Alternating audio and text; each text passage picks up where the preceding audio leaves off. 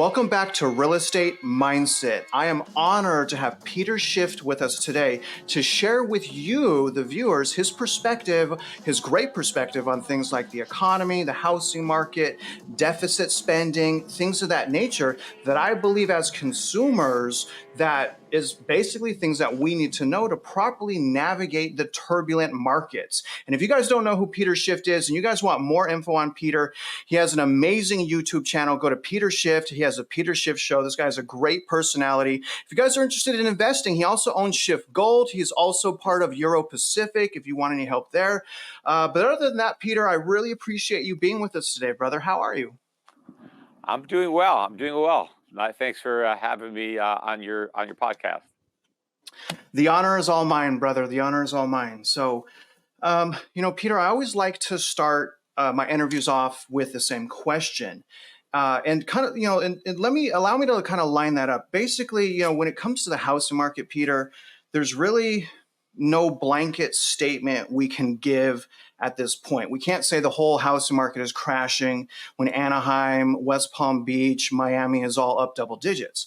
But we also can't say that the market has completely rebounded when we have metro areas in Texas that are down year over year. I'm also following 3 metro areas that have a lower median sales price than they did in January of 2020, basically erasing all of their gains. Those 3 metro areas being Birmingham, Alabama, Jackson, Mississippi, and San Francisco, California. Which brings me to my first question, Peter. And I hate getting lost in the narrative, brother. So, from your words, and by the way, to the viewers, Peter accurately called the GFC. He got roasted horribly. Peter's like a hero to me. He got roasted, but he was right. So he knows and understands the housing market. Peter, brother, what is your definition of a housing market crash? Well, kind of like something that's happening right now in commercial real estate. That market has crashed where prices are down 50, 70, 80%. Maybe not all over the country, but in many markets. I don't know that residential real estate is going to experience that dramatic a price decline, not in nominal terms.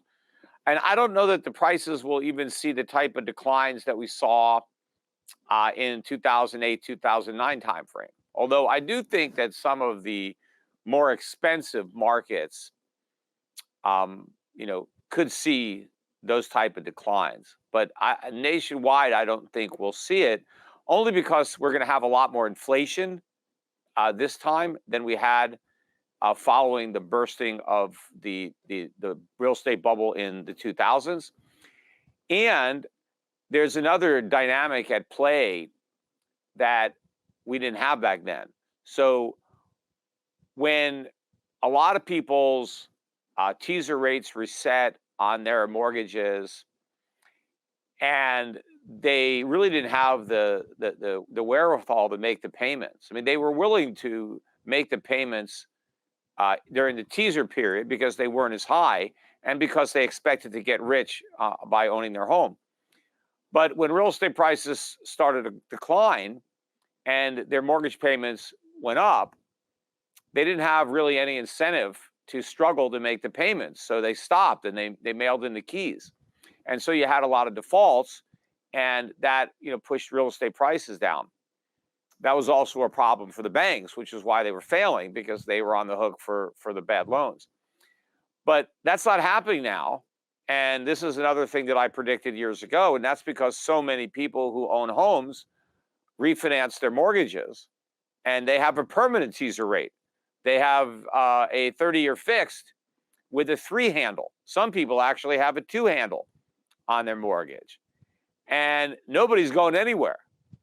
Rents are going up everywhere, but your mortgage payment is fixed. Sure, maybe your utilities and your taxes and your insurance went up, but your mortgage payment stayed the same, and that's about the only thing that hasn't gone up.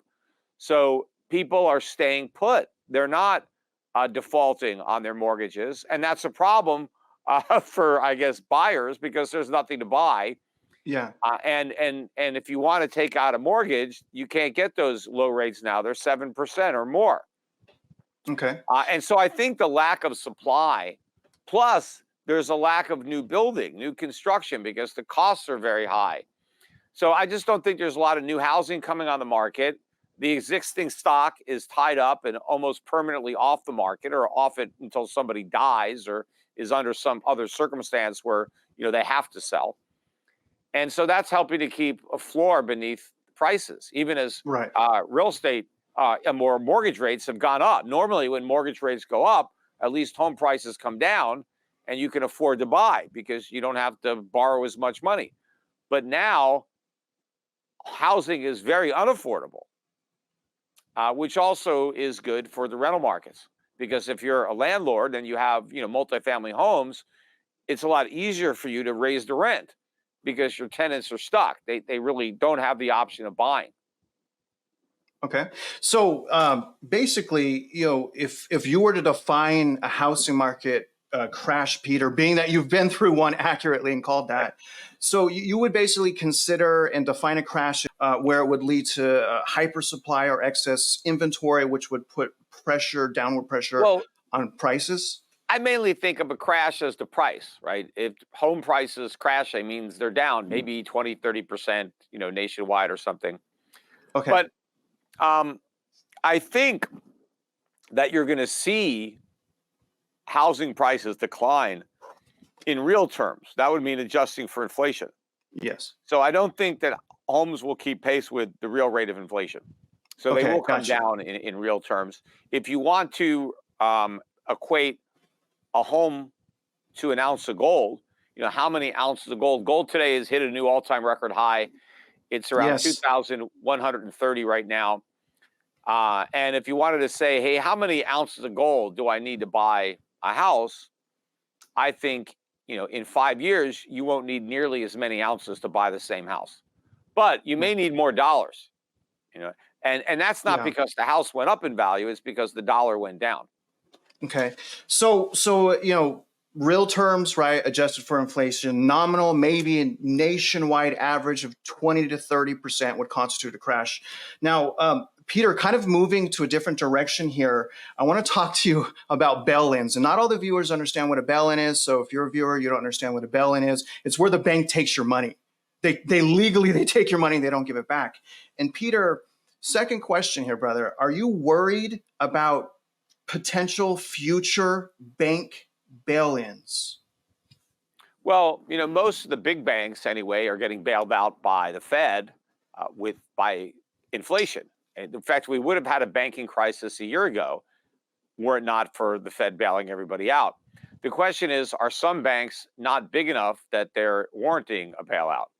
And if that is the case, then if you're a depositor at that bank and your deposits exceed the FDIC minimum or maximum, rather, you will lose some of your money, because you are a creditor of that bank.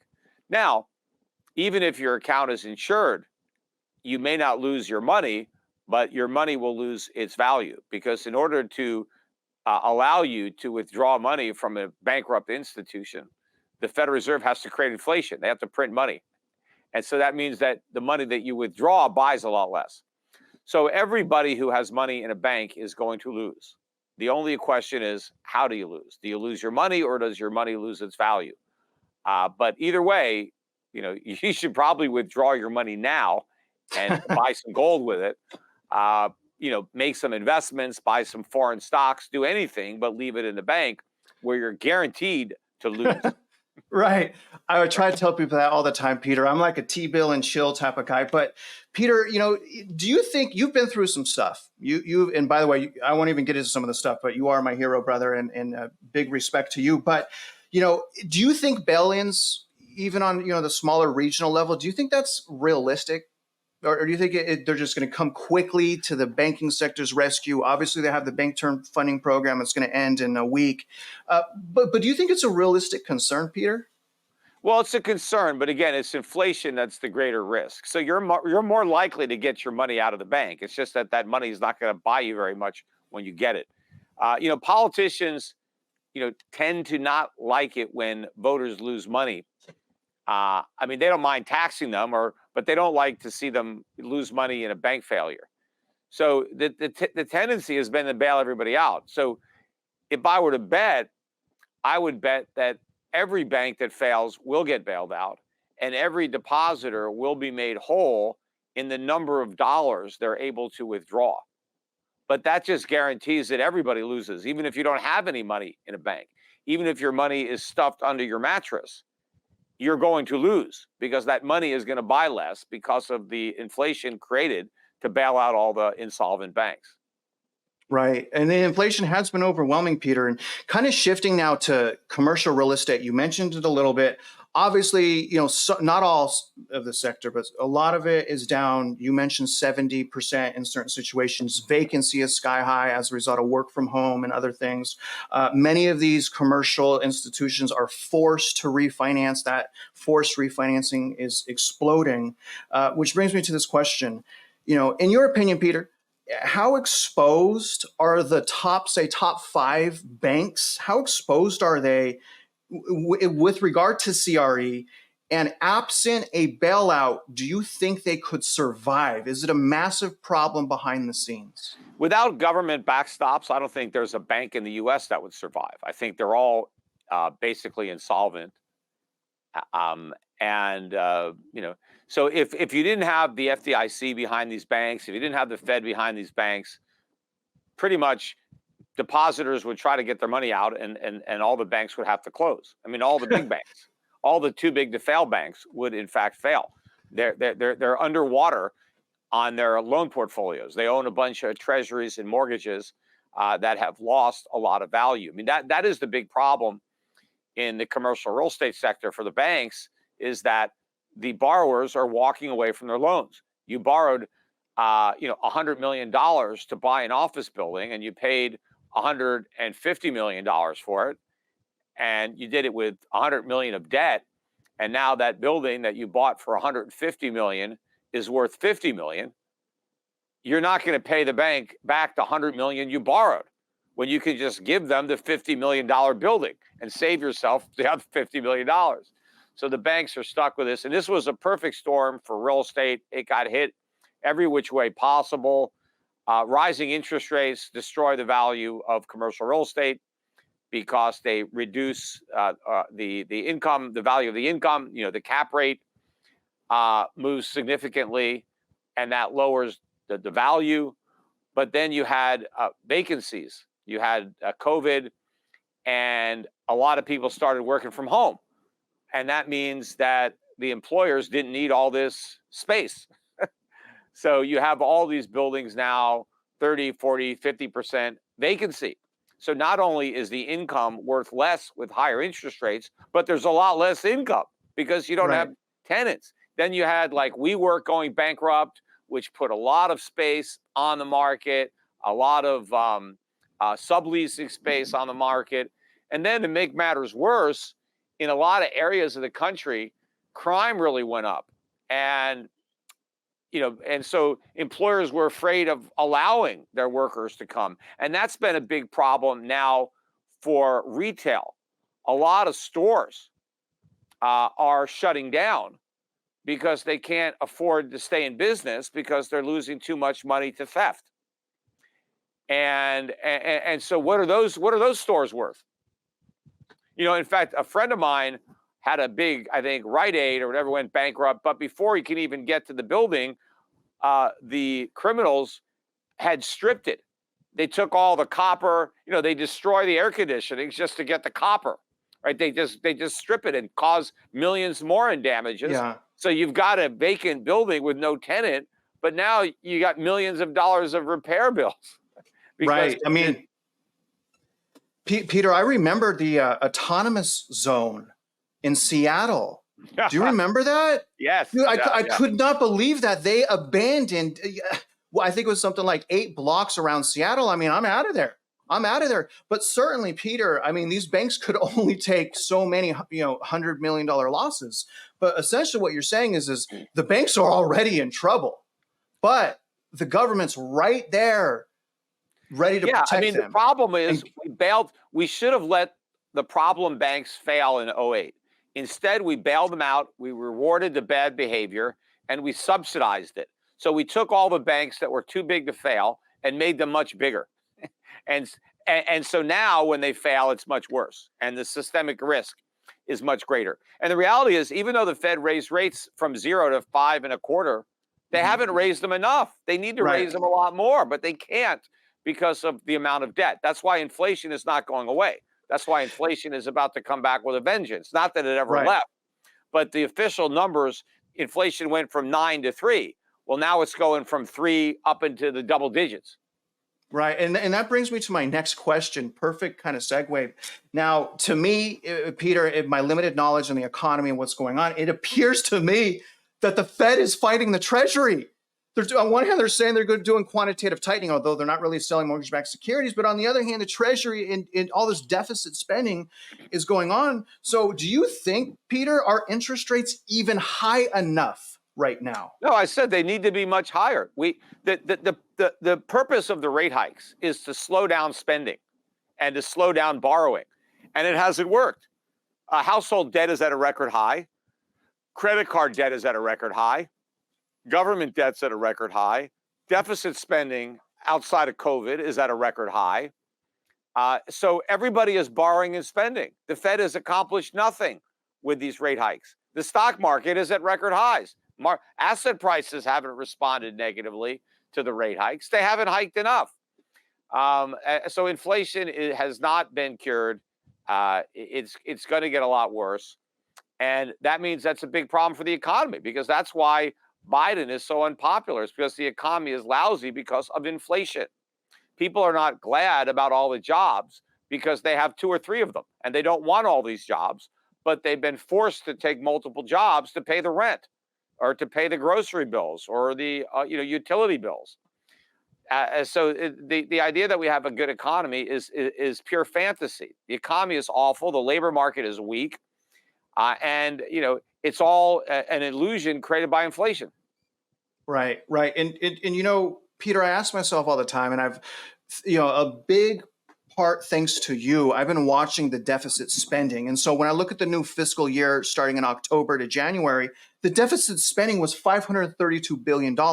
So when I look at M2 money growth during that same period of time, it was 91. So the deficit spending was 5 times greater than actual M2 money growth. So the deficit spending is crazy. And to give you the numbers too, 2023, right? The great year of 2023, Peter, it was great. This magical year. But people aren't talking about the $1.7 billion in deficit spending, which exceeds 2009. The GFC was 1.4. So we're more deficit spending than the great financial crisis. So it's like we're already in recession. Yeah, the government, look, all of the GDP growth is a function of deficit spending. And the debt grew faster than the GDP. So it's all a credit bubble. None of it is legitimate economic growth. And we're spending and borrowing ourselves into bankruptcy. That's what's going on. And they're going to hope that they can, paper it over with inflation, but it's not going to work. I mean, because we're going to have a sovereign debt crisis. We're going to have a currency crisis. We're just around the corner. It's just that the mainstream media and the financial community and the Fed is just as oblivious to this coming crisis as they were to the 2008 financial crisis. A lot of people are frustrated. A lot of consumers don't understand what's going on. I mean, on one hand, we're feeling it on Main Street, but Wall Street record high. Can you tell the viewers, Peter, tell the viewers how the overwhelming amount of recessionary deficit spending, can you explain how that's keeping the economy propped up? Can you touch on that a little bit more? Well, it's keeping the spending propped up. If you want to define the economy by how much we spend instead of how much we produce, it's keeping up spending. We have record trade deficits, so we're importing all these goods that our weak economy is incapable of producing, and we're paying for them by going into debt. So yeah, it's enabling people to keep spending, but that's not economic growth. Right. And ultimately, either we have to pay this money back or suffer even higher inflation in the future, which means our real ability to consume is going to be greatly diminished as a result of this. So we're indulging ourselves, but at great cost to our future. I mean, it's actually kind of a scary thing. I find, Peter, the more that I find out, the more kind of scary that it gets. You know, once we kind of dig through that surface value, those headlines, once we really, oh my God, how long have they been corrupt? How long have they been greedy? How long have they been lying to us? I mean, it's scary, man, you know? And that brings me to the next thing, the 10 and the 2. All right, the inversion of the yield curve. We've been inverted now for I think we're right at 20 months. I think that's the second longest inversion. I believe the longest is 21 months. So we've been inverted for quite a long time. Can you tell the viewers, Peter, on why why that's important and why you think we have avoided recession so far? Obviously, deficit spending. Well, I don't even think we've avoided it. I think we're in a recession. The question is why don't the numbers support that? And one reason is the numbers are likely wrong. I mean, you're talking about the Great Recession from 2007, 2008. Well, that recession began in December of 07. But the government and the media, Wall Street, didn't acknowledge that recession for a year. It wasn't until December of 08 that the government came out and admitted that for the last year we had been in recession. And they had to go back and revise down a year's worth of economic data that confirmed that we had been in a recession for the entire year. And then it lasted, quite a bit longer into almost 2009 before, the GDP started moving back up. So we had this recession, and the numbers were very late to acknowledge it. And I think the same thing is happening. I think after the election, it's very likely they're going to go back and confirm that we were in recession for all of 2024. So we didn't avoid it. And also, I think that the inflation numbers that are reported are too low. And whenever that happens, if you understate inflation, by definition, you've overstated growth. Because GDP growth is supposed to be adjusted for inflation. But if you don't adjust it down enough, then you're actually reporting fake growth, which I think is what's been the case. So yeah, we've managed to statistically stay out of a recession by cooking the books.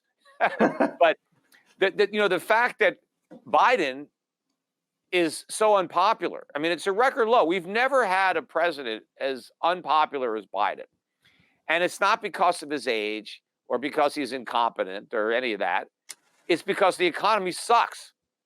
And right. Despite the fact that the media is bombarding the electorate every day with propaganda for the government, that everything is great, that we have a booming economy thanks to Bidenomics, right? Everything is great.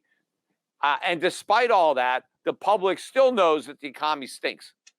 Because how? Yes, man. I mean, we feel it on Main Street, Peter. I feel it myself. Look, the American electorate is pretty, easy to get. If the economy is good from their perspective, they credit the incumbent president. If the economy is bad, they blame the incumbent president. So Biden is getting the blame because the economy stinks, right? That's why he's being blamed. And that's also why it's very unlikely that if he does run for re-election, he will lose. Right. I mean, I feel it, brother. I mean, it hurt. I have 4 kids, and also I lost everything during the GFC. I was a loan officer, so when it turned off during the GFC, bankruptcy, repo, foreclosure, deficiency notice from the foreclosure, tax lien. I mean, dude, it took 9 years of me dragging myself out of the gutter to get my purchasing power back. And so now I know it's different than the GFC, but I certainly think that caution is definitely important. Now, moving us along, Peter, obviously the jury is still out. And this is a very polarizing question. Some people hate him. Couple people like him. Couple people. Is Jerome Powell doing a good job? No, he's doing a horrible job. But I mean, compared to who? Compared to Janet Yellen, who left interest rates at zero for the entire time she was in office. I suppose he's not doing as bad a job as Janet Yellen or Ben Bernanke or Alan Greenspan. I mean, you've got some a low bar there, but compared to Paul Volcker, yeah, he's doing an awful job. Compared to, he's not doing what should be done. Higher rates. The worst thing about Powell is that anytime somebody asks him about the deficits and the budget deficits and the fiscal stimulus, he refuses to comment. He says, "Well, that's not my job. I don't talk about fiscal policy." it is his job. He's trying to fight inflation. Well, if you're trying to fight inflation, you need some cooperation from the government. They need to reduce those deficits. He should be arguing just like Paul Volcker did. Paul Volcker used to chastise Congress every day and say, cut spending. You got to reduce the deficits. You got to reduce government spending, or you got to raise taxes. But you got to do this to help me control inflation. Well, Powell refuses to do it. He says it's none of his business. Well, but it was Volcker's business. What's changed? Of course, it's his business. He's allowed to criticize Congress. Congress is not supposed to criticize the Fed, but it's not supposed to be a two-way street, right? If Powell thinks Congress is doing something wrong, he's supposed to call them out. And what they're doing is they're throwing gasoline on a fire. We have had stimulative fiscal policy the entire time the Fed was hiking rates. So those two policies were at odds with one another. Yet Powell does nothing. And when people talk about, we have a, $34.5 trillion national debt, and he doesn't say, yeah, that's the problem. He says, well, maybe in the future it's unsustainable. It's a problem right now. We're in the future. He needs to be demanding action. And of course, the worst thing he did as Fed chairman was during COVID, when he not only accommodated massive deficit spending, but actually told Congress to spend more money and borrow more money, and he was ready to print all the money to cover it. He let this inflation genie out of the bottle on purpose, and then when it was obvious we had an inflation problem, he decided to say it was transitory. I remember. I have that sound clip. So he did some really bad stuff as a Fed chairman. It's just that his predecessors did too. Right. I mean, you mentioned Ben Bernanke. I get a little bit upset when I hear that name because I got wrapped up in it, and he was like, "No, everything's great," and it's like the subprime collapse. But Peter, this is a two-part question. First question is it their job to lie to us? Okay, and then also, do you think Jerome Powell knew about the banking collapse that happened around March of 2023? Because remember, he was in Congress testifying about how great everything was. 2 weeks later, it collapses. So I was wondering, did he see that coming and he was trying to stop it? Is that why he did that? I think that they think that is their job, to lie. That's what they think. In fact, Bernanke was interviewed. I listened to this interview. I think it was the Motley Fool interview. And it was when he was no longer Fed chair. And they played some clips of him, telling everybody not to worry about subprime. It was contained. Everything was great. And then the guy asked him, when you listen to that now, how does that make you feel, right? Knowing how wrong you were, right? Right. And Powell's answer wasn't, oh, yeah, I feel like a complete idiot. What he said was, well, back then, I was a member of the administration, and so I really couldn't speak my mind and say what I really thought. So he kind of admitted that he lied. But he also lied when he said he was a member of the administration, referring to the Bush administration. He wasn't a member of the Bush administration. He was the chairman of the Federal Reserve. But he admitted that he was more concerned about politics. And so he wanted to put a smiley face on the economy because that's what the president wanted. Remember, back then, it was the greatest story never told. It was the Goldilocks economy. Everything was great. I remember. And so Ben Bernanke didn't want to rain on that parade, so he kept his mouth shut. Yeah. So it's like, I don't know what's worse, if they're incompetent or if they're liars. But that you have to pick, which one. I mean, and it also certainly feels, Peter, that it is political. What were you going to say? No, that's what I said. You got to, it's either or, right? Right. So is Ben Bernanke is Jerome Powell, is he lying to us, or is he actually this dumb? I don't know. That's the question. That's it, right? Neither one is good. Neither of those alternatives are good. Right. It's bad. I guess it's better if he's just a liar than an idiot. It's just, I don't remember this America. I mean, you got a taste of it before me. Prior to all this COVID, man, I was still like, yeah, this is America. They're going to take, I was naive, man. And as time goes on, I'm like, geez, how long has this been going on? Now, the next question, obviously, we can't trust the markets. We can't trust the markets, the foolish optimism. moving on to rate cuts. Okay, so we got all this stuff behind the scenes going on. We have all this deficit spending propping up here and there. We have manipulation of data. We have an election year, right? Election year. When will the Fed meaningfully, not electoral rate cuts, like a quarter basis point won't do anything, it'll mess up sentiment, but when will they have rate cuts, substantial rate cuts? In what situation, Well, Peter? the important thing to understand is that the Fed shouldn't be cutting at all. They should be hiking. The rates are still too low, especially given how much debt we have and how much inflation there is in the pipeline. Rates need to be higher. They need to be high enough to make a difference. They need to be high enough to actually force the government to cut spending, to force consumers to save more, and spend less. But none of that is happening. And, but to answer your question, when are we going to get the cuts and how deep will they cut? It's hard to say. But as inflation rises, if they simply leave rates alone, that is effectively a cut. That's a real cut, because inflation goes up and rates stay the same. Real interest rates are declining. The more important question, though, is when are they going to reverse quantitative tightening and go back to quantitative easing? That may actually happen before they cut. They may feel that they're backed into a corner on that one in order to prop up the banks and the U.S. government, because the cost of servicing the debt is growing almost every day as all this short-term debt matures. And it had a low coupon, and now it has to be refinanced at a much higher coupon, and the money is really not there. So I think that's what's going to happen, maybe even before the rate cuts, is the return to QE. But all this means the dollar is going to get killed. It hasn't happened yet. A dollar crash is coming. We're talking about a real estate crash. It's a dollar crash that you got to be worried about. You can see that starting in today's record high gold price. Gold's got a long way to go. I think it formed a great base at 2,000, and now it's headed many, many times higher than that because of what's going to happen to the dollar. So, your listeners need to be taking precautions, need to be protecting their wealth. They need to be buying their gold and silver if they haven't already done it. Buy it before the prices are much, much higher, and meaning that your dollars have much less value, so you can't afford to buy that much gold or silver. So you can call my guys, my team at Shift Gold will help you get into the right gold at the right price.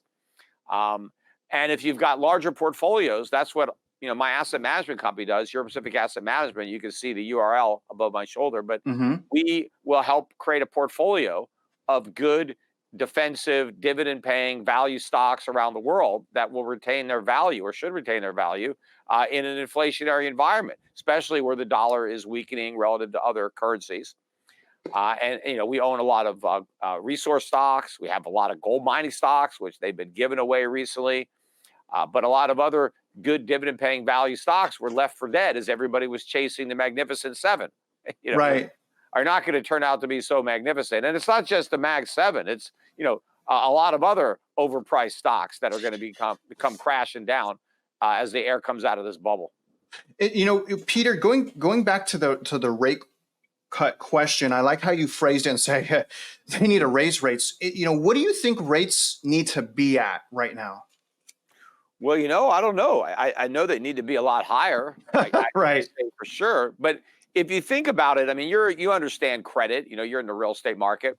So if somebody is a good credit risk, meaning that they don't have a lot of debt and they have a lot of income to cover their debt, they might qualify for a lower rate than somebody who's loaded up with debt and is struggling to make payments, right? To the extent that that person can borrow money, the lenders are going to charge a much higher rate because it's a riskier loan. It might not get paid back. So if you look at the U.S., we've never been a worse credit risk than we are right now. We've never had more debt than we do now, and it's never been a higher percentage of our income. So the likelihood of default has never been this high. In fact, every time they don't raise the debt ceiling for a little while, they say, well, we're going to default. We're one debt ceiling hike away from default. And even if we don't default, we're going to inflate. So it's never been riskier to loan money to the U.S. government than it is today. And therefore, interest rates should be higher than they've ever been. And they're not even close. Right. The government was borrowing money in 1980 the short-term rates were 21%. The U.S. government was a much better credit risk back then, 40 years ago, whatever, than it Yeah. is today. So rates should be higher now than they were in the 70s and 80s, and we're not even close to that That neighborhood yet. and it seems like this huge problem, Peter, that most consumers just don't understand the first thing about what's happening. It's very, very sad. Moving on to this question, and this is, be as detailed as you can, please. But overall, would you recommend consumers purchase a house right now? Well, it depends, on your situation. Most people should have already purchased their home while mortgage rates were, in the threes. But if you didn't need one then, and you find yourself in circumstances where you may need one now, that all depends. So you need to do your research on the market, compare what it costs to buy the home that you want to what it would cost to rent something else, and then look at some of the other factors that you have to consider. I think it's a case by case basis. It's not, again, all real estate is not the same. Right. Yeah. And so in some cases, the answer might be no, rent and take the money that you would otherwise use to buy a home and invest it someplace else. Right. But in some cases, buying may end up being a better option, and you can get a fixed rate, even though it's not 3%, it's not 10%. Right. Rates are going a lot higher than they are now. And it depends on the house. I would try to get a house. I would want to buy it for less than it would cost to build it. I mean, that's generally a good indicator. If you can buy a home for less than the construction cost and the land is free, it's okay. That's kind of what I've looked at, because construction costs have gone up a lot. So figure out what it would cost to build a house, assuming the house that you're buying is in good shape. It doesn't need a lot of repairs. Yeah, I think you're 100%, man. I mean, every market's different. And I try to teach the viewers, Peter, that it's, real estate's so hyper local. You got to go into the subdivision. Every subdivision's different. They have water slides, skate parks, but you got to go subdivision. You got to look at sold data in that subdivision. Now, I've been cautioning people, Peter. I've been saying, hey, overall, okay, first of all, I've been a loan officer and a realtor for so long. I understand the consumer spending habits and how toxic that really is. I mean, it's incredibly toxic how people are trapped in debt. And so I've been cautioning people, Peter. I've been like, you guys, if you can wait, if you can hold off on the sideline, invest your down payment, T-bills or something, work on your purchasing power, your credit, your income assets, study your market. When you find a great deal, get it, but don't just go out there and use your emotion to purchase a house. Because Peter, honestly, I think we're going to have an event. I think we're going to have some type of value crash. Whether it spreads to every metro area, maybe not. There's some that are strong, but I'm under the belief that if we get a sustained, it has to be sustained. That's the key thing. If we get a sustained, maybe 200,000 units, I think that's going to put a lot of pressure on prices to go down. So then I asked myself, Peter, under what circumstances can we get that type of influx of inventory, but yet have demand stay the same? Well, interest rates have to stay elevated. And so I'm concerned with like what you're saying, how corrupt things are behind the scenes, because if they go down, we could have a big drop in the stock market in the U.S., and that reverse wealth effect could have an impact on housing. There are a lot of things. Yeah. Unemployment being one. Do you think unemployment is kind of like a nail in the coffin almost for the housing I mean, market? a lot of people have multiple jobs now, but I think people could lose some of those jobs. And even though they have a low mortgage, if they don't have the income, they can't even pay that. So we could end up having a pickup in defaults. There could be more older people who get wiped out through inflation and things, and they lose money in the stock market. They may need to sell their homes. They can't afford to stay there. Even if they don't have a mortgage, they might not be able to afford the maintenance or the taxes, or stuff like that. So there's a lot of potential problems out there, Right. Yeah, and it's hard, man. I know these our viewers want us to answer these with such specificity and confidence and certainty. But Peter, I mean, the more I listen to you, the more I learn, the more I realize we're not in control and we really have no idea what's going on. Second to last question, brother. What are your, I've kind of said, hey, the labor market is nowhere near what it was in the GFC. During the GFC, I couldn't get a part-time job. During the GFC, I couldn't even get. I tried to get a job at Walmart, Peter. I had a 6-page resume. It was in linen. It smelled like lavender, and I was this prodigy great salesman, and I couldn't even get a job. Right now, we have I'll just say it like this, in my opinion, a part-time job market that's on fire. Whereas maybe the full-time jobs were from was it November to December, we lost 1.5 million full-time jobs from that period of time. I mean, what are your thoughts on the labor market? Is it as strong Yeah. as everyone is making it out to be? No, it's not. I mean, if we had a strong labor market, you wouldn't need 3 jobs to pay your rent. I mean, you could do it with 1. In fact, since Biden took office, I think there's been a net loss of full-time jobs. Fewer people have full-time jobs today than they did a couple of years ago. All the net new jobs have been part-time, and on balance, they've all gone to foreign-born workers. So they've either come to illegal or legal immigrants. So they weren't jobs that were created for the people who were born and raised here. So it's a fantasy that we have a strong jobs market. People have lost good jobs, and they're replacing them by putting together 2 or 3 bad jobs, and they still don't equal 1 good job. So it's weak, and then again, I think people are gonna start to lose some of those jobs, and especially you have a lot of states that have hiked minimum wages yet again this year. That's going to make it harder, particularly out in California. And now you have robotics and AI that are making automation a more financially viable alternative to overpaying workers. And so that's just going to make it a lot more difficult for certain people to get any job. Right. Peter, do you think that severance is an additional reason why we have this low 3.7% unemployment rate? Do you think a lot of that is severance that hasn't reported in the numbers yet? Some of it probably is from the big companies that are able to pay severance. But again, a lot of it has to do with the lack of people being counted, because after a year, you drop out of the system. So if you're long-term unemployed, you don't count as being unemployed. I mean, I think you should count more. If I've been unemployed for 5 years, right? But no, it's even worse. Yeah, if you're unemployed for 5 years, you're not even in the number of the 3 point, whatever percent. Yeah. Also, if you want a full-time job, but you can't get one, and so you settled for a part-time job at McDonald's, but you spend most of your time looking for a better job, but you're working, 1 day a week for a few hours at a McDonald's, you're no longer unemployed.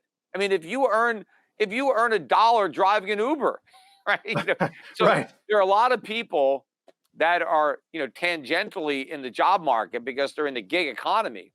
They're not really making much money, and if they could get a real job, they would, but they can't find one. They're not being counted. So it's very difficult to actually get counted as unemployed these days. That's why the number is so low. Right. But if we were keeping track of unemployment the way we did 30 or 40 years ago, the rate would be much higher, maybe 10%. I mean, so it would be high. We wouldn't be bragging about our low unemployment. That's I mean, at least the government is consistent. It lies about everything. It understates the inflation rate. It overstates or understates unemployment, understates inflation, overstates GDP growth, right? You can't believe any of these statistics.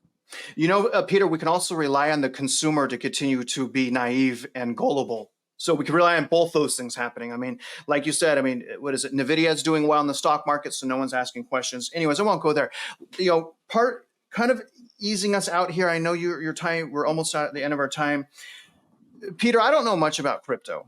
All right. I don't know about it. I don't know what the collateral is. I don't understand it well. I'm not going to act like I do, but can you share your thoughts and just whatever you want to say about crypto? Is that the next thing? Do you think I should invest in this magical value? I mean, can you just share first of all, on crypto? I mean, there's nothing to understand because it's nothing, right? It's just a mania. It's a bubble. It's a Ponzi. It's a pyramid. It's a chain letter. It's just dressed up with the trappings of the internet and digital and blockchain and all that. But it's just an old-fashioned pyramid Ponzi. The people who are betting on it are going to lose. You're Okay. not investing when you buy any of these cryptocurrencies, or I don't really want to call them currencies, but tokens, including Bitcoin. Even though you can now buy ETFs that hold Bitcoin, you are just speculating that the bubble gets bigger and you get out before it pops. Hmm. And I don't think it's worth the risk. Most people will fail. Some people, sure, they'll get in and out and they'll make a few bucks off of the foolishness of other people. But the problem with investing based on the greater fool theory is eventually you run out of fools, or the fools run out of money. And you don't want to be the greatest fool left holding the bag. And I think that's what's happening now. So you should stay away from this crap. If you bought it earlier, you got lucky. Get out before your luck runs out. Take your profits, and buy some real gold instead of fool's gold. Contact my guys at Shift Gold, or talk to me at my asset management company. Or if you bought these ETFs, get rid of them. My mutual funds all trade no load, all the discount brokerage firms. You could buy my gold fund, my emerging market fund, my international dividend payers fund, my international value fund, international bond fund. Get into something real and get out of that crypto casino. Because at the casino, the gamblers all eventually lose. The house makes the money, right? Right. And that's who's making the money on crypto. It's the house. I think that's a good explanation. That's my understanding anyways, Peter. I didn't know if you could, that's basic comprehension. Now, ending us now, if you could just think back, you went through the GFC, you saw the pain, I'm sure, in people's lives. You've dealt with adversity, you've overcome things, Peter. You've set yourself goals, you've achieved them, you've knocked things out, okay? But a lot of people aren't like you.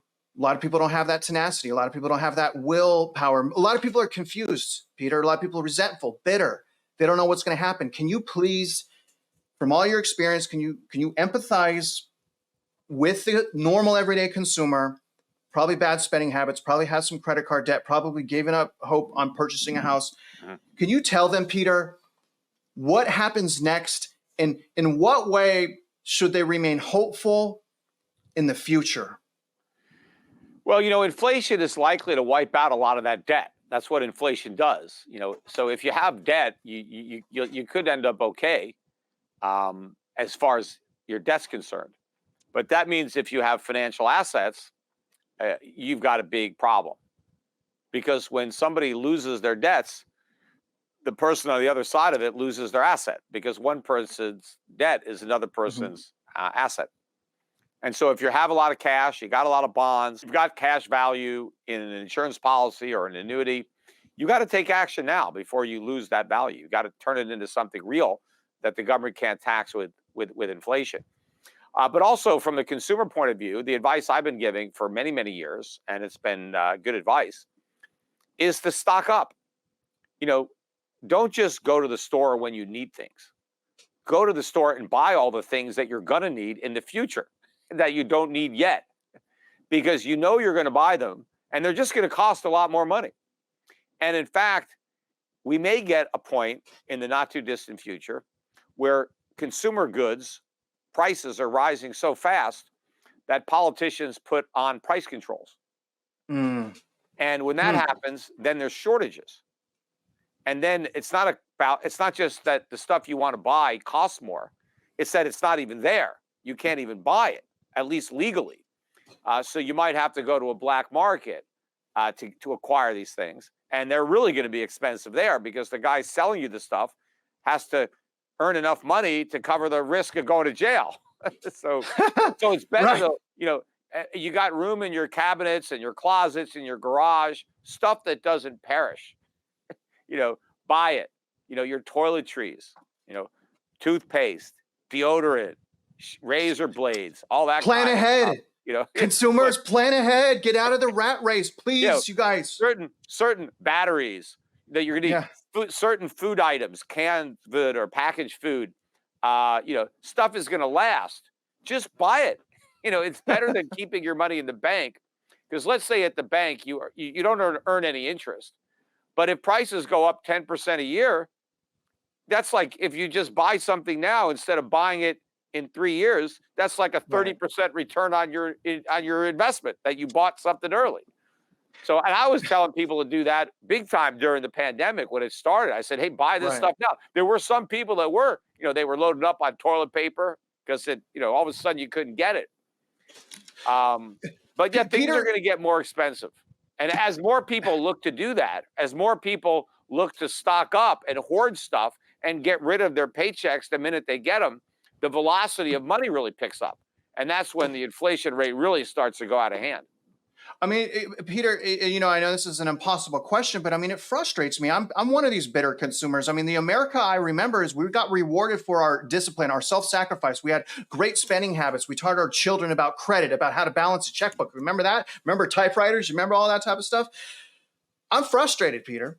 I'm frustrated. I'm very frustrated what's going on right now. And, quite frankly, are we going to have the America back that I remember? Will we be back to something that is sustainable and balanced? Or are we doomed? I don't even know what America you remember, but we haven't had America in a long time. I mean, the America that the founding fathers created hasn't existed in a long time. But it's getting a lot worse. I mean, even certain minimal freedoms, you don't have anymore. Freedom of speech, freedom of expression. I mean, there's now political correctness out there where the government, makes sure that you say the right thing or you get punished. And if the government doesn't punish you, the mob does. So it's already changed dramatically, what it means to be an American from what it used to be. We're not a nation of free people, of rugged individuals. We're a nation of big government. Where you got to toe the line or else there's no room for a minority opinion, and even if it's a majority opinion that somehow is shoved onto the minority. If the minority opinion is the opinion that's condoned by the establishment. So yeah, and I think it's going to get even worse when we get a dollar crisis and a sovereign debt crisis, because when the standard of living collapses, the government's going to vilify the free market and blame it on capitalism and greedy speculators, and and they're going to use that to their advantage to grow government, to take away what's left of our freedoms, and to usurp even more power to control more aspects of our lives, and usurp and commandeer more resources out of the private sector back into the public sector. I'm going to add on there, Peter, that we got to pray. Not a lot we could do. A lot of stuff stacked against us. I think, like what you said, just prepare, think ahead, remain hopeful. Yeah, well, I can help people prepare financially. I mean, that's what you've got to do. You've got to protect your wealth. That we can do now. I mean, the government might end up confiscating it rather. But at least we can protect it now by investing it properly, and that's what I've done for myself, and that's what I'm helping all my clients to do, to prepare for that, and to preserve the real value of the wealth that they've accumulated, before it's lost. Most Americans are going to see their wealth completely evaporate. Right? It's not really evaporating. The government is taking it through inflation. And Peter, you're pretty successful at saving people money and making them money. So, big respect to you, brother. I'm going to let you go, man. I mean, we've been talking for about 54 minutes. Before I let you go, Peter, any last? I mean, you do this all the time. You have your own radio show. You're a huge personality. But anything you want to say to my viewers before I let you go, brother? Yeah, people should make a habit of listening to me. I usually do a couple of podcasts a week. I don't do the radio show anymore, but you can listen to my podcast on shiftradio.com. Also on my YouTube channel. So I do them, 1, 2, 3 a week, depending on what's going on. So go there. Follow me on social media. I do the most on Twitter, or not Twitter anymore, X. I've got just under 1 million followers. So I should hopefully be at 1 million followers soon. These last few thousand have been a little tough to come by. But you're waiting for that magic number, right? That magic number, you're waiting. Yeah, in addition to Twitter, though, and YouTube, I'm on Instagram, Facebook, TikTok. So you'll find me there. There's a lot of content that I put out. Help me disseminate it. Repost my stuff on X. Get more people to read it. Share my YouTube videos with more of your friends, because we got to get this information out there. The mainstream media is very corrupt, very monolithic, very socialistic, and so.